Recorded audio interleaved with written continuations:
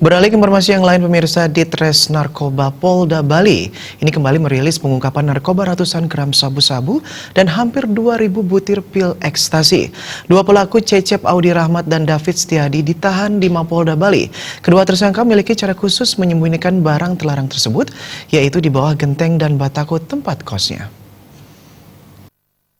Bin Opsnal Ditres Narkoba Polda Bali, AKBP Igede Sujana, didampingi Kasubdit Penmas Humas Polda Bali, AKBP Igusti Ayu Yuli Ratnawati mengatakan, modus yang dilakukan kedua tersangka merupakan modus baru dalam menyembunyikan barang bukti. Menurut AKBP Gede Sujana, tersangka Cecep menyembunyikan 18 paket SS seberat 53,84 gram bruto dan 100 butir pil ekstasi di bawah tumpukan batako.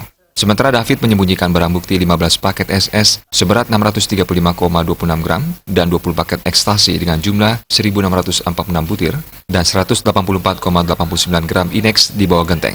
Menyimpan barang itu di tempat-tempat yang tersembunyi. Ini didapatkan yang di DS, dia menyimpan barang di sebuah tempat yang tersembunyi. Kemudian yang CAR semuanya di rumah kos, CAR di bawah batako. Merupakan anggota kami.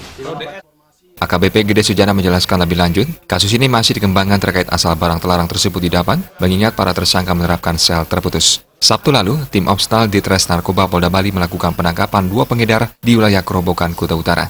Pelakunya berinisial Cecep, usia 26 tahun, dan David, usia 22 tahun. Tersangka Cecep dibekuk di kos-kosan di Jalan Raya Semer, Kerobokan, Kuta Utara. Penggeledahan kemudian dilakukan di kamar pelaku dan ditemukan 18 paket SS seberat 53,84 gram bruto dan 100 butir pil ekstasi dan 1 timbangan digital. Petugas juga mengamankan ponsel milik pelaku yang digunakan untuk berkomunikasi saat melakukan transaksi narkoba. David dibekuk di Jalan Raya Anyar Pelihatan Gang Rareangon, Kerobokan. Terkait kasus ini, petugas menyita barang bukti 15 paket SS seberat 635,26 gram, 20 paket ekstasi sejumlah 1.646 butir, dan 184,89 gram Inex dalam wujud serbuk.